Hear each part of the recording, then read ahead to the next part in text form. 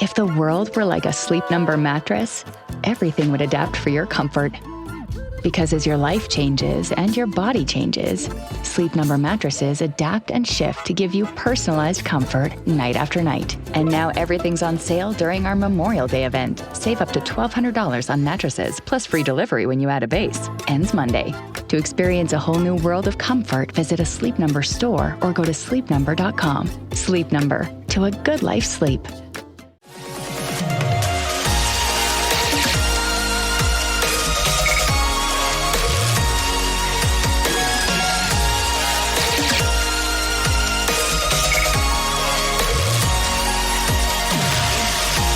And away we go. Episode 1329 of the Al Galdi podcast. It is Wednesday, May 20th, 2026, and we now know the Washington Commanders' full three-game schedule for the NFL's 2026 preseason. The team on Tuesday afternoon announced the full schedule. Home to the Miami Dolphins on Friday night, August 14th at 7, at the Detroit Lions on Saturday, August 22nd at noon, and at the Baltimore Ravens on Friday night, August 28th at 7. Washington, this past Thursday night, in announcing the team's 2026 regular season schedule, also announced part of the team schedule for the 2026 preseason, but that announcement did have that game against the Dolphins being on Sunday night, August 16th at 7. I don't know if Washington made a mistake or if the date changed, but the three preseason games per what Washington announced on Tuesday afternoon are two Friday night games sandwiched around a Saturday afternoon game, and Washington will be participating in two joint training camp practices this summer,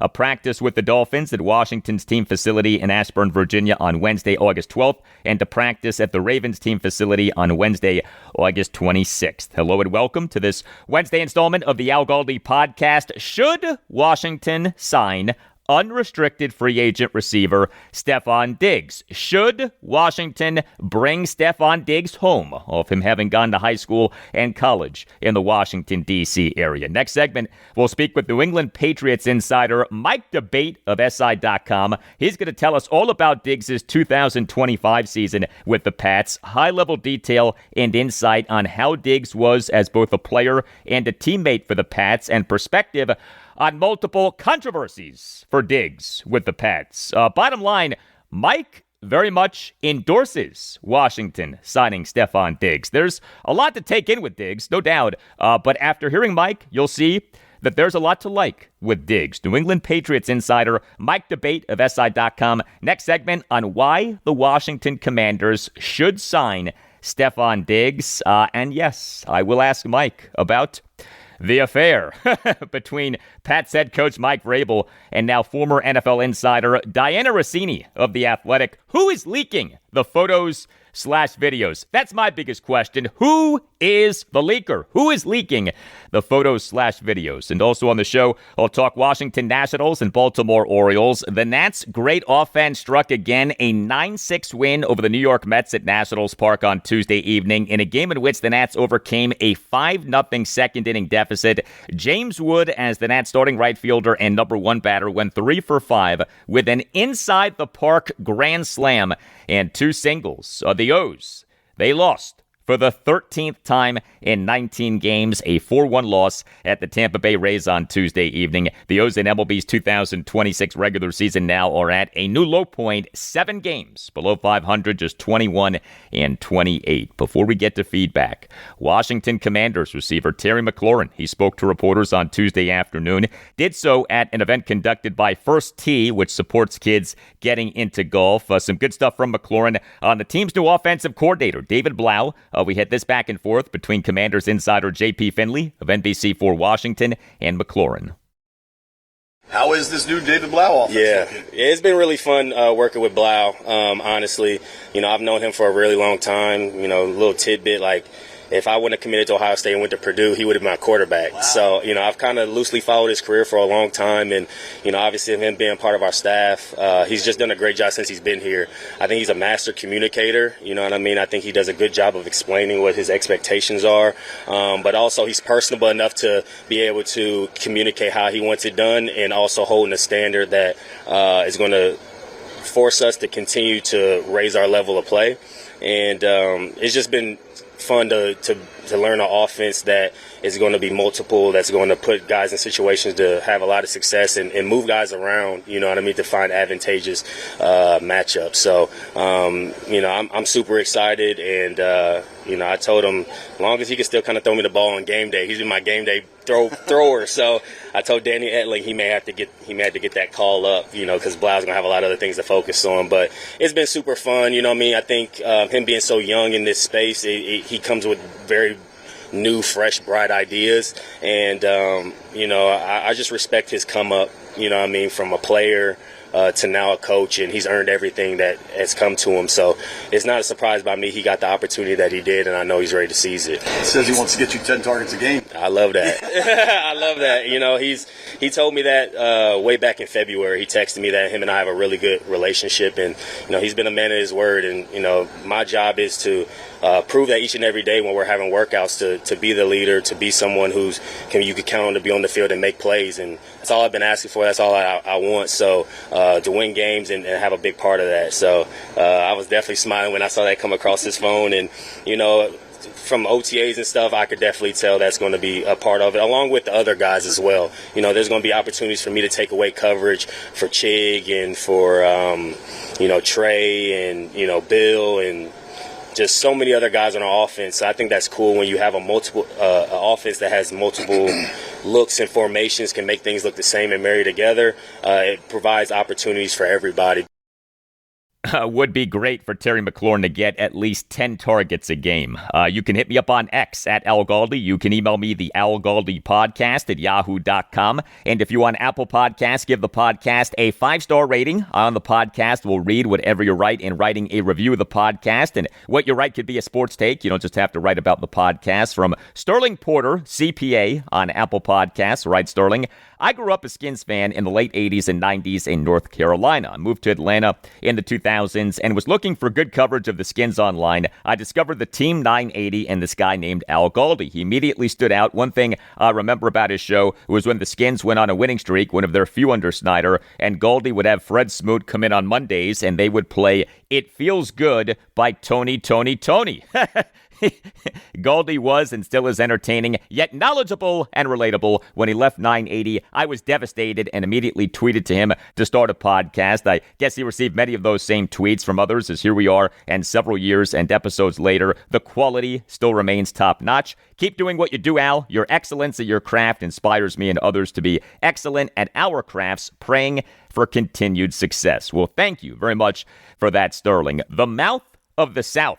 Former Washington Redskins cornerback Fred Smoot. He, during the 2018 season, would come in studio the mornings after Skins games and do an hour with me. I was doing Monday through Friday, 6 a.m. to 10 a.m. on my own.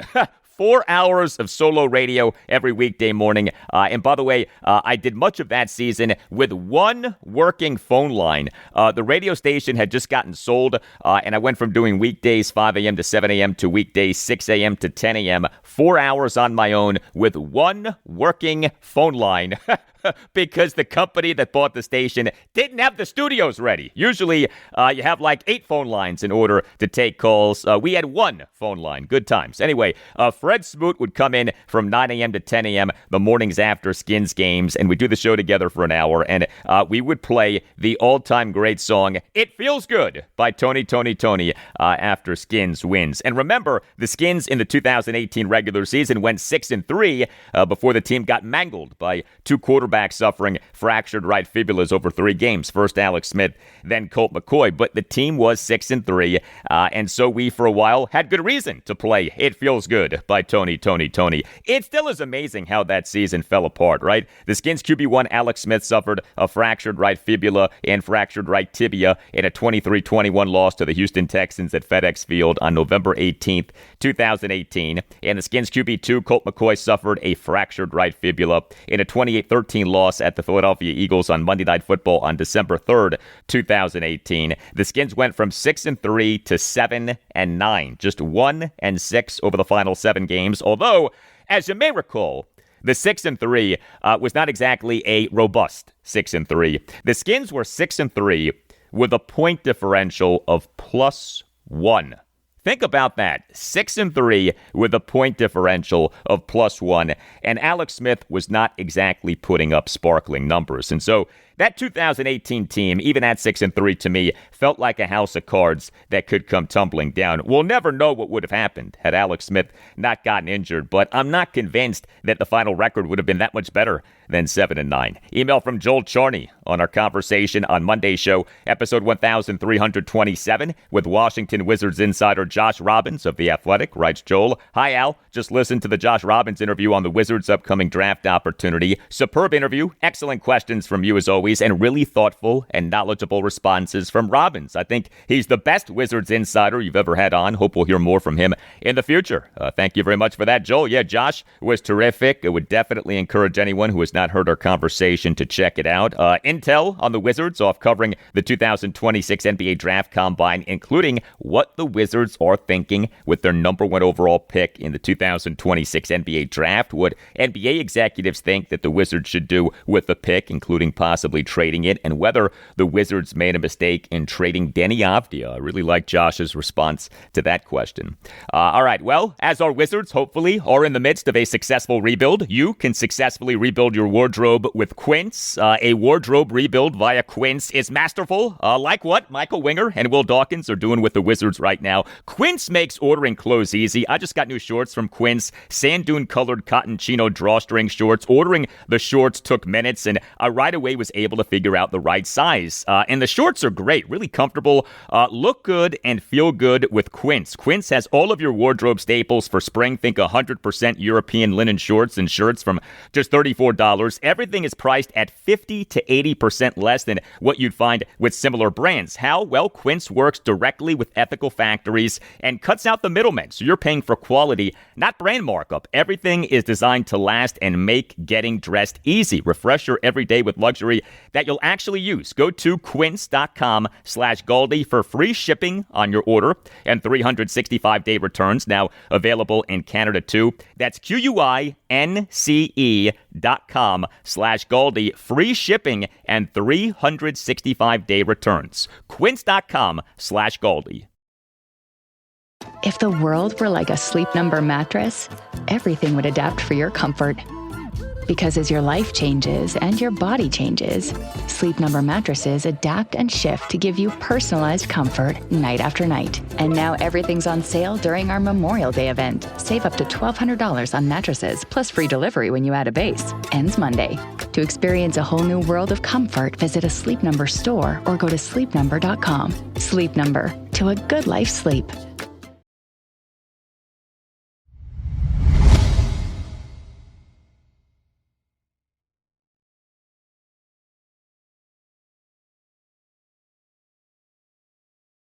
Are the Washington Commanders in the coming weeks going to acquire a notable veteran at receiver? We, of course, have the possibility of Washington acquiring estranged San Francisco 49ers receiver Brandon Ayuk, but he is still under contract to the Niners. We have the possibility of Washington signing unrestricted free agent receiver Stefon Diggs. And going viral on Tuesday was a TikTok video involving Diggs and his brother, unrestricted free agent cornerback Trayvon Diggs. In it, Stefon Diggs says regarding potentially signing with the Washington Commanders, quote, "That's what everybody is talking about right now. We gonna talk about it real soon, though," end quote. Stefon Diggs, he is a local. He went to Our Lady of Good Counsel High School in Olney, Maryland, then went to the University of Maryland, was taken by the Minnesota Vikings in the 5th round of the 2015 NFL Draft. The 2026 season will be his age 33 season. He suffered a torn ACL in his right knee in October 2024 while playing for the Houston Texans, but his last season was good in playing for the AFC champion New England Patriots, in playing in all 17 of the Pats' regular season games, had 85 receptions for 1,013 yards and 4 touchdowns on 102 targets, and registered a receiving success rate of 68.6, the best of his NFL career. And Diggs is in the clear legally. He, on May 5th, was found not guilty of felony strangulation and misdemeanor assault and battery in a 2-day trial regarding a December 2025 incident with his former personal chef. Should Washington sign Diggs? What kind of player was he for the Pats this past season? It is a pleasure to welcome to the Al Galdi podcast New England Patriots insider Mike Debate of SI.com. You can follow Mike on X at MDebateNFL. Hey, Mike, how are you? I'm doing well. Thanks so much for having me on today. Always great to talk Patriots football, and always great to lend that wisdom and counsel to another fan base. So definitely much appreciated. How would you describe the 2025 season that Stefon Diggs had for the Pats? I would say surprising in the best possible way you can take that connotation. Stefon came in with not a whole lot of fanfare last year. Don't forget, you mentioned that he was coming off the torn ACL. Fans, teams throughout the league, maybe even Patriots players, and perhaps even some of the coaches and the front office members were wondering exactly what they were going to get from Stefon when he walked onto the field in Foxborough. But from the time that he showed up during the offseason workouts to training camp, through the preseason, and much through the regular season and into the playoffs, the Patriots got not only someone that was capable of upgrading their receivers core on the field, but also someone that brought a level of accountability, someone who brought a level of experience, and someone who brought a level of leadership to that locker room. So I think Stefon definitely exceeded expectations in New England last year. There were, obviously his, contract and whatnot, and the Patriots decided that they were going to try to recoup some, additional funds this year, which is one of the reasons why they chose to move on from Stefon. But I think in terms of what he provided for them on the field last year, I don't think you can argue with the output. He definitely helped that team get to the Super Bowl, and I don't think they would have been there if it had been for Stefon Diggs. Stefon Diggs, fair or unfair, has had the reputation for being a hothead, a guy with whom getting along can be difficult, a guy who wears out his welcome. I mean, he is looking at being on his 4th team in 4 seasons, but it sounds like he, for the Pats, was on his best behavior. Yeah, he was. I mean, Stefon was one of the first guys into the building, one of the last guys to leave. He was very close with Drake Maye in helping to not only move that offense forward, but actually helping Drake develop as a young quarterback. And he was very vocal about that, and took a lot of great pride in being a person that really helped him achieve what he needed to do. And Drake obviously has been very vocal about how much of an impact Stefon had on him as a second-year quarterback, making that next leap to an all-pro status, and getting his team into the Super Bowl, and really growing by leaps and bounds from the performance that he had in his rookie year. So yeah, to say that Stefon Diggs was a stabilizing force in that locker room and on the field is a little bit of a surprise to a lot of Patriots fans, but that's clearly the way it was. And I think in so many ways he helped that team immeasurably, especially offensively on the field. Stefon Diggs, on what was a really good Pats offense last regular season, was the clear WR1, correct? Oh, absolutely. Yeah. I mean, you're looking at an offense that didn't have a whole lot of wide receiver talent, especially from a national perspective, or at least from a name recognition perspective. You're talking receivers like Kyle Williams, who was a rookie coming in, a lot on his shoulders. Kayshon Boutte, who absolutely stepped up and became one or more of a household name as the playoffs started to emerge, and making a phenomenal catch in the playoffs and really kind of putting his name on the map. But Kayshon had his detractors as well. Demario Douglas was a slot weapon that was expected to contribute, but not necessarily be the number one guy. The moment Stefon Diggs walked in, that name recognition is there. He's still a 2-time All-Pro. He's still a guy that has been to the puppet show and seen the strings, as I like to say, to steal from Jerry Maguire. But that's exactly the type of guy that the Patriots needed to come in and provide that extra experience. Stefon did that, and he did that above and beyond expectations. So I'll always have a lot of respect for him for that. And I know the guys in the locker room will always be indebted to him for his contributions last season. What kind of a receiver was Stefon Diggs for the Pats last season in terms of his style and usage? Well, if you're expecting the Stefon from a few years ago that had the ability to blaze down the field and beat any one of his opponents based on pure speed, you're not going to get that same Stefon Diggs now, especially if the Commanders are in line to be his next destination. They're probably going to have to rely on more of a cerebral type of Stefon Diggs. And for all the credit that he gets for being an explosive athlete, Stefon is one of the most gifted route runners I've ever covered, I've ever seen. From the time that he stepped on the field, with the University of Maryland, to the times that he's, wowed crowds with the Minnesota Vikings. And then, of course, we had a bird's eye view of the prowess that he brought to the Buffalo Bills up here in New England for a number of years. So you're getting more of a guy that's going to be able to beat you with his mind and his experience rather than simply beat you with his talent. But don't make the mistake that he still can't make the plays that he needs to make and get down the field and beat his opponent. He's still very capable of that, but you're not going to see it on every play. A lot of the productivity that he had in New England came from the slot. That's not to say that he can't succeed in other alignments, in other environments. The slot is a very potent weapon in a Josh McDaniels offense, and that's where you're going to see a lot of these guys emerge as receivers. We've seen it throughout the New England Patriots history, whether it be guys like Danny Amendola or Julian Edelman, or even back in when the dynasty was first beginning, and guys like Troy Brown and coming along.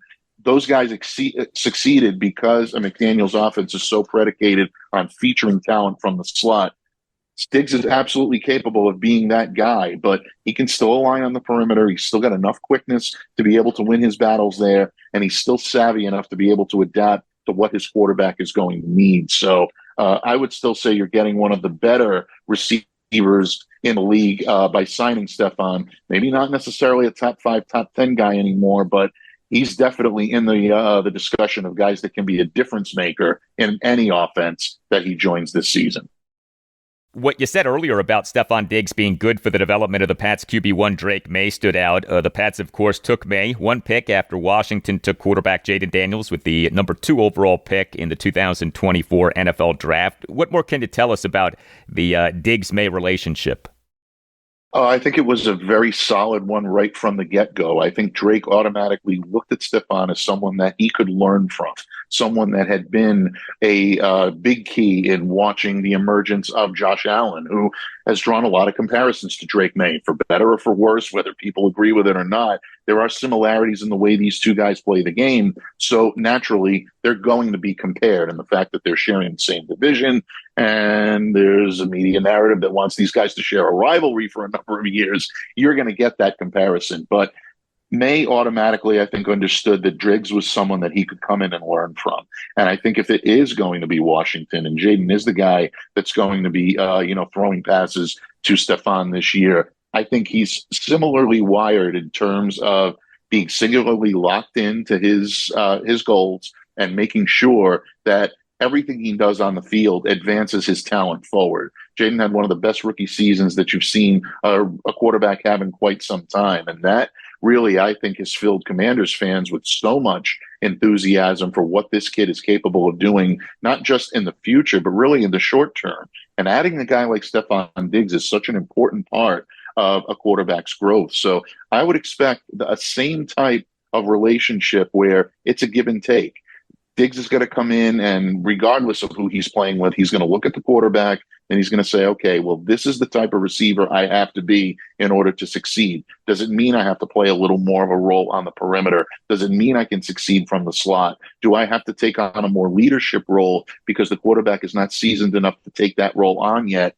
Stefon, for all intents and purposes, is very good at being able to read the room. And if he's very good at reading the room, that's going to strengthen his relationship with his quarterback. So that worked very well with Drake last year. Both of those guys understood their role, and I think it helped the other play his role much better. I would expect something similar with a quarterback like Jaden Daniels because, like I said, you're talking similar prowess and similar ceiling when it comes to what Drake Maye brought to the field. And you're dealing with someone with a tremendous amount of athleticism, and sky's the limit when it comes to Jaden and what he can do as a quarterback of Washington. So this is an intriguing possible destination for Stefon. I would love to see him come back to Foxborough. I don't know how realistic that's going to be, but for right now, if he does have to land somewhere, I'd say Washington is as good a spot as anybody that could possibly benefit from what this guy still has to offer on a football field.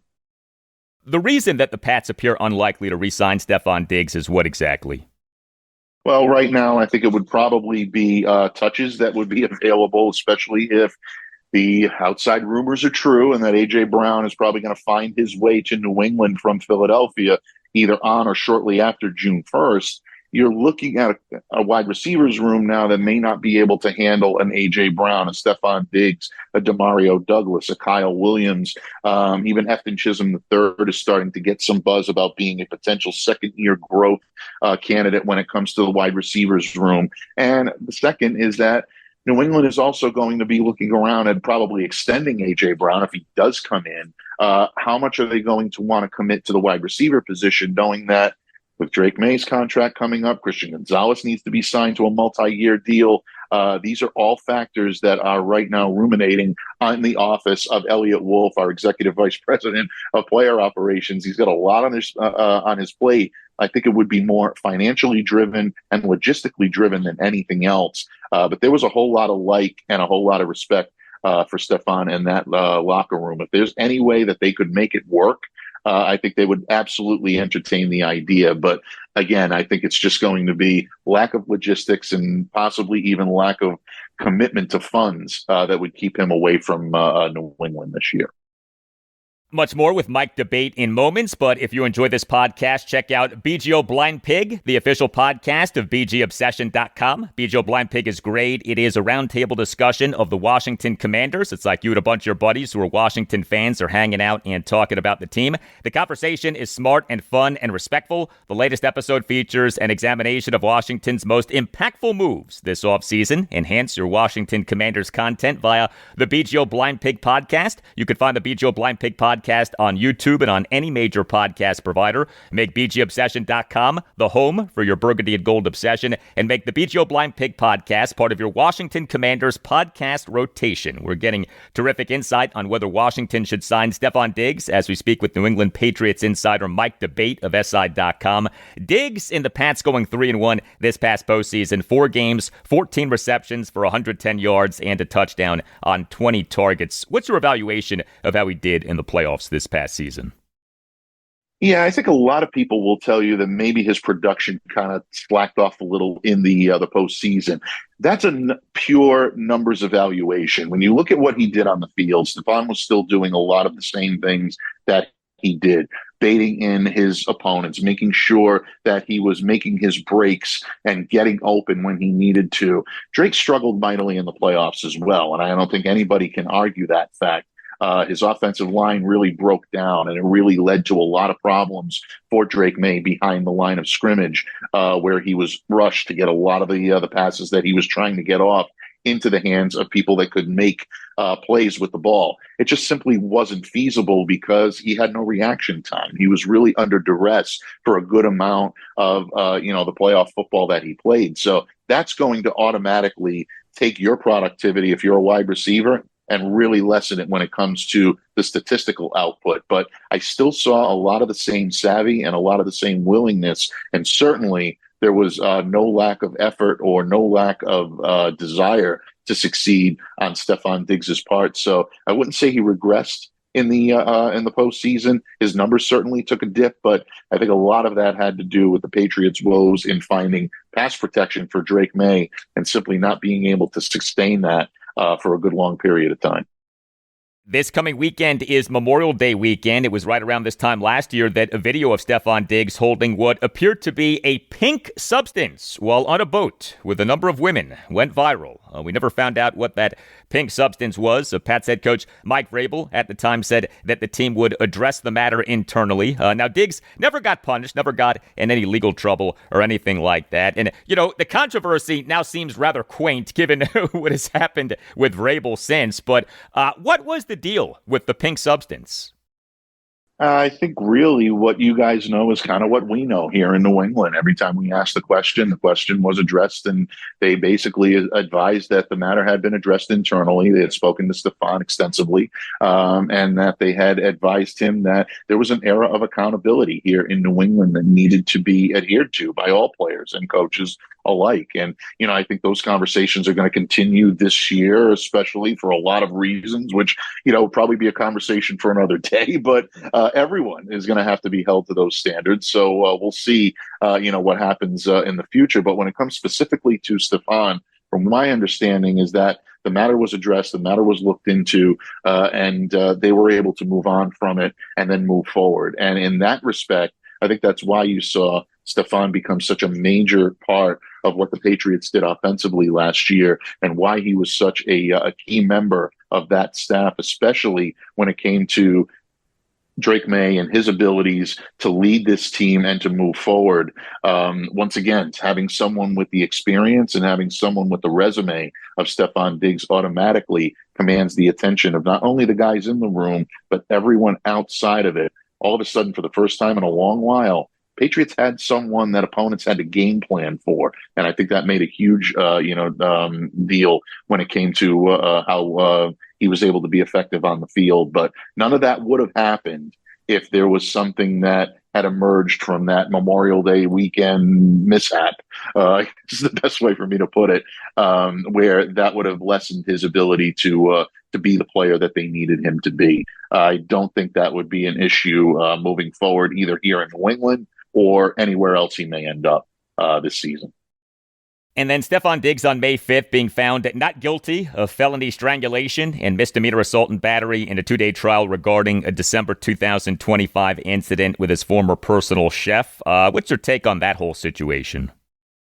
Yeah, when it first came out, I think everyone tried to handle that with as much respect for all parties involved, because simply we did not know the facts. We didn't know what was coming out at the time. I know New England right away took that extremely seriously, did their due diligence along with Stefon and his legal representation, and essentially decided that letting the legal matters proceed was the best course of action, the most prudent course of action. And that's exactly how the NFL treated it as well. The cases were presented in court.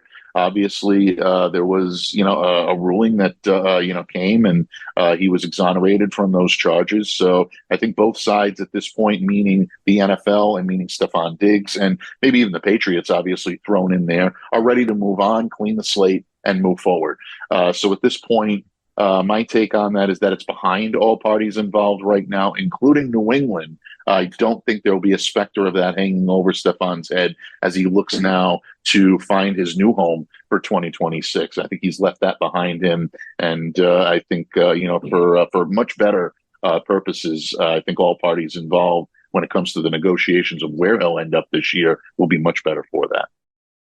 All right, you alluded to this. I cannot have you on without asking you about this. The Mike Vrabel, Diana Rossini affair. It cost her job as an NFL insider for The Athletic. Vrabel does not appear to be in danger of losing his job as Pat's head coach, but we don't know what still could come. And that's what I find most compelling. At this point, we know the deal. These two people had an affair that went on for years. There's no mystery with that at this point. What I want to know is this. All of these photos/videos of Vrabel and Rossini that have been leaked to the media, where are these photos/videos coming from? Who's leaking them? Do you have a theory on that? Yeah, I mean, I don't mean to quote Donald Sutherland from JFK, but that's really the main question, isn't it? Why? The how and the who is all kind of background noise and fodder for the public, keeps them guessing to kind of keep everyone, involved in this story and really keep everyone, on the edge of their seat. But the really question is why? Why were these pictures coming to light for the first time this point? There are all kinds of theories, and I've heard a whole number of them. I'm sure you've heard a whole number of them. As of right now, those that I've spoken to close to the organization have said that Mike is getting the time that he needs to spend with his family to try to move forward and to do everything that he needs to do to ensure that his family and that himself are ready to accept the responsibilities of this season coming up, most importantly. But also, they want to be mindful of everything that's going on with both parties right now, including, Diana and her family as well. Diana is a journalist I've always held in the highest regard when it comes to her ability to do her job. And it's unfortunate all around that something like this has to affect people from all walks of life, family members, husbands, wives, children that did not sign up for this type of attention, and yet they're getting it. And it's a very, very slippery slope to, try to go down a rabbit hole of saying, yeah, this is where it's coming from, that's where it's coming from. I'll leave the how and the who to, people that, maybe have, more of an interest in that stuff than I do. But what I can tell you right now is that the New England Patriots are focused on trying to defend not only their AFC East championship, their first since 2019, but also a conference title. And that is a very tall task for any team when you're talking about the same conference that has guys like Josh Allen, Lamar Jackson, and Patrick Mahomes playing quarterback. So they've clearly got enough on their plate to keep them busy moving forward and heading into this season. Right now, all the right things are being said. All the right buttons are being pushed. The Patriots are 100% focused on football, and they believe they can do that with Mike Vrabel at the helm. In that regard, I do not expect any repercussions to come from the Patriots respectively.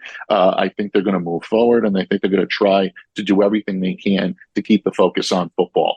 When this could come off the rails is if anything, either further or additionally, or even with everything that's just out there now, becomes too overwhelming for Mike Vrabel to effectively be a leader of this football team. And then you may see something come as a result of that. But as of right now, my understanding is that hasn't happened. It's not close to happening. And right now, I think both of the Patriots and Vrabel are trying to move on as best they can. And that's right now my long-winded and kind of dance around the subject. But yeah, in terms of where some of this stuff is coming from, I share your curiosity. I think there's a lot of, there's a lot of theories out there right now, and we'll see. I'm sure it'll all shake out in good time. It usually does in situations like this. I just wonder, and I'm sure that you do too, is there more to come? Is there another photo or video that is coming that is going to make Mike Vrabel look even worse to where he does end up losing his job? But really good to get your thoughts, especially on Stefon Diggs, and you endorse Washington signing Diggs, right? Yeah, I mean, like I said, Stefon is someone I hold in a very high regard for his abilities on the football field. I really enjoyed watching him last year. And for all intents and purposes, he was very much an asset to that Patriots locker room from a leadership perspective. So if he can't be in New England, you want to see him go to an organization that I believe will be able to bring out not only his talent, but also those leadership abilities. Washington right now with Jaden Daniels seems like a great fit. So I wouldn't mind seeing him in the nation's capital. And he gets to go home to Maryland. What better way to be able to do that? New England Patriots insider Mike DeBate of SI.com. Mike, thank you. All the best. Oh, anytime. This was a blast. I'm a big fan of the show. And when you invited me on right away, I was very honored to come on. So absolutely. Thank you, Al, for having me on today. Much appreciated. All right. Hey, if you have a case, contact Chris Nace, the Nace Law Group, accident and injury lawyers. It will fight for you and win for you. Lead attorney Chris Nace is a big Washington Commanders fan and big supporter of this podcast, and his firm wins trials. So just recently, an $8 million jury verdict in Baltimore City Circuit Court. If you have a case, contact the Nace Law Group. Call 202-902-7611 or visit Washington, D.C., injurylawyers.com, and tell the Nace Law Group that Al Galdi sent you. The Nace Law Group is tremendous. It is a Washington, D.C.-based family law firm that handles medical malpractice, personal injury, birth injury, legal malpractice, and consumer protection cases, offering aggressive advocacy for victims in Washington, D.C. and West Virginia. If you feel that you've been wronged, if you think that you've been wronged but aren't sure, contact the Nace Law Group and schedule a no-obligation appointment. Call 202-902-7611 or visit Washington, D.C., injurylawyers.com and tell the Nace Law Group that Al Galdi sent you.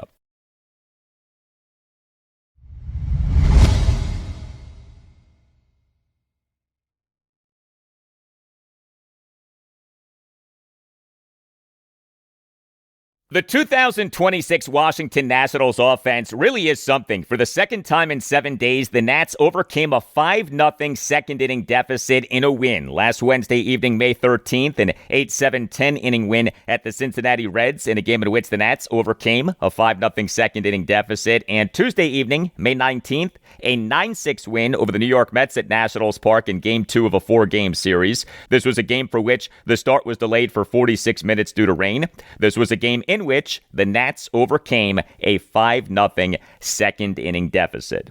The Nats in MLB's 2026 regular season now are 24-25, are number one in MLB in runs, 271, and are dead last in MLB in runs allowed, 290. But the Nats' elite offense again came through on Tuesday evening. The Nats in this 9-6 win over the Mets at Nationals Park, 9 runs, 9 hits, which were 2 home runs, a double, and 6 singles, 2 walks, 3 for 7 with runners in scoring position. The Nats had their way with Mets starting pitcher Nolan McLean. He allowed 9 runs, 6 earned in 5 2/3 innings. He came into the game with an ERA of 2.51 over 17 career MLB regular season games all starts. But the Nats very much got to this guy, and that, of course, is a sign of a great offense, one that gets to good pitching. The highlight of the night, unquestionably, came from James Wood. He is the Nats starting right fielder and number 1 batter, went 3 for 5 with an inside-the-park grand slam and 2 singles. And yes, I did say inside-the-park grand slam, a Little League grand slam. Wood, in the Nats' 4-run second, had a 2-out first pitch opposite field, inside-the-park grand slam off the outfield wall and left center field to cut the Nats' deficit to 5-4. Mets left fielder Nick Morabito crashed into the wall.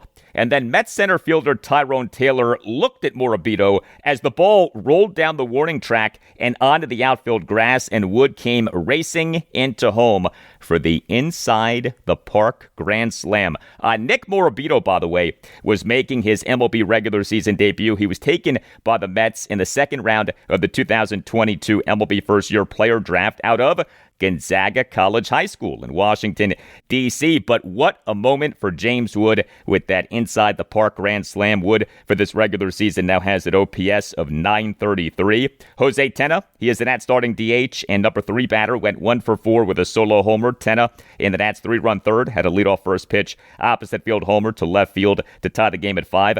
He, for this regular season, now has an OPS of 748. And Dylan Cruz made his 2026 MLB regular season debut. He was the Nats starting center fielder and number 6 batter. He went 1 for 4 with an infield single. Cruz, in the bottom of the 4th, had a 2-out infield single to the left side of the infield on a 1-2 pitch. So what now with Dylan Cruz? So this is his age 24 season. The Nats took him with the number 2 overall pick in the 2023 MLB first-year player draft out of LSU.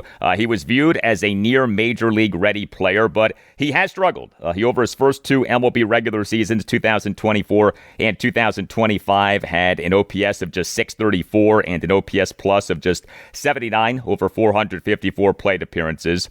He last regular season did miss nearly 3 months due to a left oblique strain, and some of his StatCast data over those 2 regular seasons was good, but he overall did not produce offensively. He had a horrendous 2026 exhibition season, 34 plate appearances, OPS of just 309, hard hit percentage per StatCast of just 26.3. The Nats on March 20th, shockingly, announced having optioned Cruz to AAA Rochester. He, for AAA Rochester this season, 177 plate appearances, OPS of 777. He lately had been hitting balls especially hard and had been chasing less. And so we'll see with Dylan Cruz. I'm rooting for the guy. I certainly have not given up on the guy, but, it is go time for this guy to be the player who he was drafted to be. He was drafted to be a franchise player. Dylan Cruz was not drafted to be like a nice outfielder. He was drafted to be a franchise outfielder. And the Nats bringing Cruz back to the majors was part of a number of roster moves. So the Nats late night on Monday night announced having optioned third baseman Brady House to AAA Rochester. And the Nats on Tuesday afternoon announced 3 more roster moves. So the team announced having recalled outfielder Dylan Cruz from AAA Rochester, announced having recalled first baseman Andres Chaparro from AAA Rochester, and announced having optioned outfielder Joey Weimer to AAA Rochester. Nats president of baseball operations Paul Taboni did a session with reporters on Tuesday afternoon. This was Taboni on why the Nats demoted Brady House, and then you'll hear Taboni on the Nats demoting Joey Weimer and recalling Andres Chaparro. It's crummy making the decision because he's I think he can really help this team right now. The irony is that he's been mashing lefties. He could really help this team, but we don't think it's in Brady's long-term interest, at least right now, to have him be playing just on the short side of a platoon just against lefties, right? So this will allow him to go down to AAA, play every day, work on a lot of the things that he and we think he needs to work on, and then he'll be up here sooner rather than later, hopefully helping us and with newfound confidence and belief in his game on both sides of the ball. And then Joey, that was a really tough conversation. He's obviously been playing his tail off. He handled it awesome, far better than I would have handled it. But bottom line is, like, with Dylan up here now, finding ways to get him into the lineup just becomes really challenging. When you have Dylan and JY, and then obviously Woody and Dalen, even if he's not playing against righties, against lefties, you start working it out, and you're like, it probably means sitting one of Woody or Dalen. It becomes tough. So, so that was challenging. And then on the flip side, like, I just having Chappie up here, being able to play the infield, get the majority of his reps against left-handed pitching, I think it just makes the roster much more functional for Blake and the rest of the group. So regarding the platoon splits for Brady House, they are drastic. A House for this regular season at the major league level, OPS versus left-handed pitching of 989, OPS versus right-handed pitching of just 550. But about 75% of major league pitching is right-handed. So if you struggle against right-handed pitching, you do have some problems. But also with House has been significant defensive regression. And so a guy who the Nats took with the number 11 overall pick in the 2021 MLB first-year player draft out of a high school in Georgia has been demoted to AAA after 451 plate appearances over 2 MLB regular seasons, 2025 and 2026. Not ideal. The Nats starting pitcher in this 9-6 win over the Mets at Nationals Park on Tuesday evening was Foster Griffin. He, off having been so good over his first 8 starts in this regular season, was bad for a second consecutive start, but he did settle down to give the Nats some length. He allowed 5 runs in 5 innings. He gave up 8 hits, which were 2 home runs, a double, and 5 singles. He issued a hit by pitch. He did have 5 strikeouts versus no walks. He did throw a lot of strikes, 97 pitches, 67 strikes, just 30 balls. And he tossed 3 scoreless innings after allowing 5 runs over the first 2 innings. Griffin in the top of the first allowed 3 runs on a home run, a double, 2 singles, and a sac fly. The homer was the first pitch opposite field, a 2-run homer by Bo Bichette to right center field for a 2-0 Mets lead.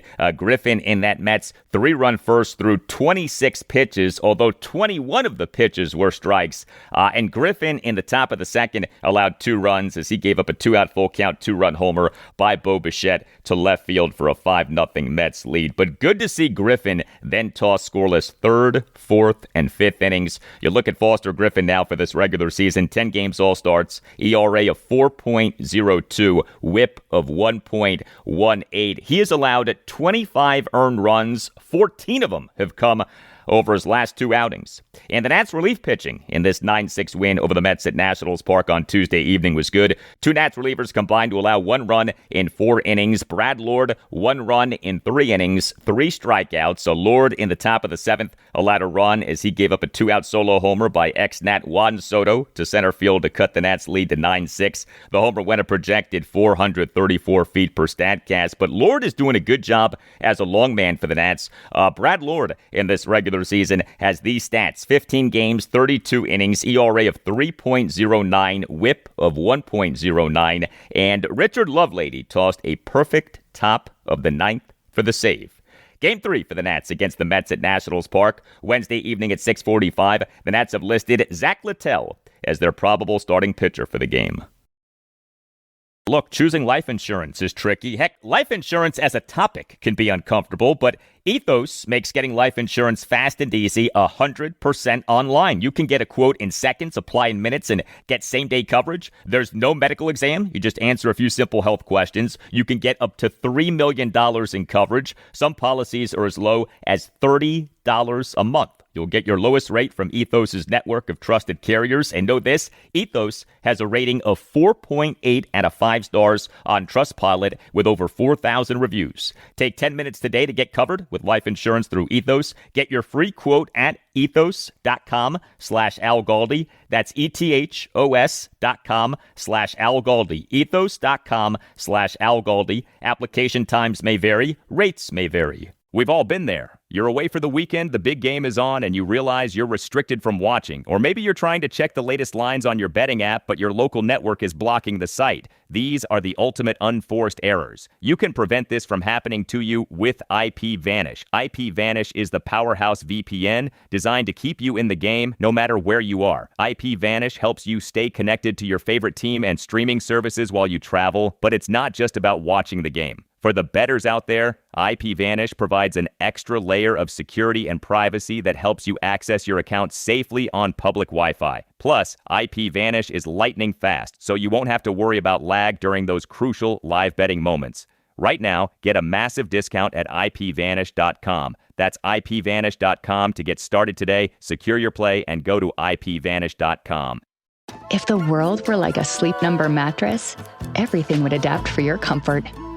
Because as your life changes and your body changes, Sleep Number mattresses adapt and shift to give you personalized comfort night after night. And now everything's on sale during our Memorial Day event. Save up to $1,200 on mattresses, plus free delivery when you add a base. Ends Monday.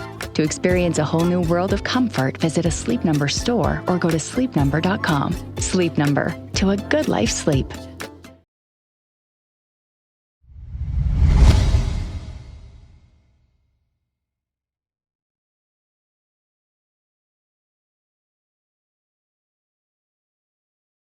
Well, a new low point for the Baltimore Orioles in MLB's 2026 regular season. They're now 7 games below 500, just 21-28. A 4-1 loss at the Tampa Bay Rays on Tuesday evening. In Game 2 of a 3-game series, the O's now have lost 13 of their last 19 games. The Rays in this regular season now are an MLB best 32-15 and now have a team ERA of 3.58. The Rays pitching has been great, and the O's on Tuesday evening got victimized by that pitching. Just 1 run, just 4 hits, which were a home run and 3 singles, just 2 walks, 0 for 5 with runners in scoring position.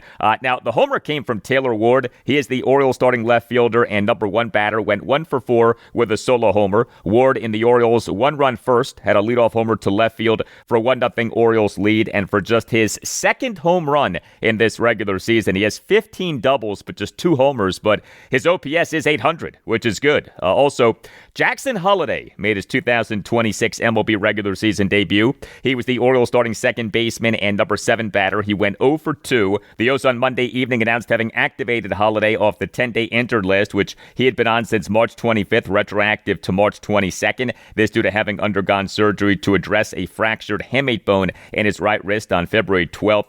What kind of a season is Jackson Holliday going to end up having? This is his age 22 season. The O's took him with the number 1 overall pick in the 2022 MLB first-year player draft out of a high school in Oklahoma. But he had 857 plate appearances over the 2024 and 2025 MLB regular seasons, had an OPS of just 659. Jackson Holliday is one of many promising young Orioles players who has not produced as he was supposed to produce, or who isn't producing as he is supposed to be producing. But let's see what he does. His season is just getting going. A bright spot for the O's in this 4-1 loss at the Rays on Tuesday evening was starting pitcher Kyle Bradish. He allowed 2 runs in 5 1/3 innings with 6 strikeouts. He gave up 4 hits, which were a home run, 2 doubles, and a single. He issued 3 walks. So all of this did add up to a good number of pitches. He threw 102 pitches, 60 strikes, 42 balls, but still 2 runs in 5 1/3 innings with 6 strikeouts. You absolutely take that given how bad Orioles starting pitching has been, and Kyle Bradish now has been good in each of his last 3 outings of having struggled. But the Orioles relief pitching in this 4-1 loss at the Rays on Tuesday evening had problems. 4 Orioles relievers combined to allow 2 runs in 2 2/3 innings. Anthony Nunez faced 2 batters and got 2 outs. Keegan Aiken in the bottom of the 7th faced 3 batters and got 2 outs. But Ynier Cano officially allowed 1 run in 1 inning. He faced 3 batters and got 3 outs, but did issue a hit by pitch. And Rico Garcia, he officially allowed 1 run in a third of an inning, but he and the Rays 2-run 8th. Faced 3 batters, but got just 1 out. He, to the first batter he faced, gave up a 2-out RBI double by Richie Palacios to right field for a 3-1 Rays lead. And Garcia, to the second batter he faced, gave up a 2-out RBI single by Johnny DeLuca to left center field for a 4-1 Rays lead. Rico Garcia came into this game having allowed just 1 run and having given up just 2 hits in 20 innings in this regular season. But he on Tuesday evening officially allowed 1 run, though 2 runs were scored while he was pitching, and he gave up 2 hits. He apparently is human this season. Some roster moves by the O's. They on Tuesday afternoon announced having selected the contract of relief pitcher Albert Suarez from AAA Norfolk, announced having option relief pitcher Cameron Foster to AAA Norfolk, and announced having designated catcher Maverick Hanley for assignment. The O's on Monday evening announced having option Hanley to AAA Norfolk. Game 3 for the O's at the Rays Wednesday afternoon at 1:10. The O's have listed Shane Baz as their probable starting pitcher for the game, as the former member of the Rays will try to help the O's prevent being swept in 3 games at the Rays.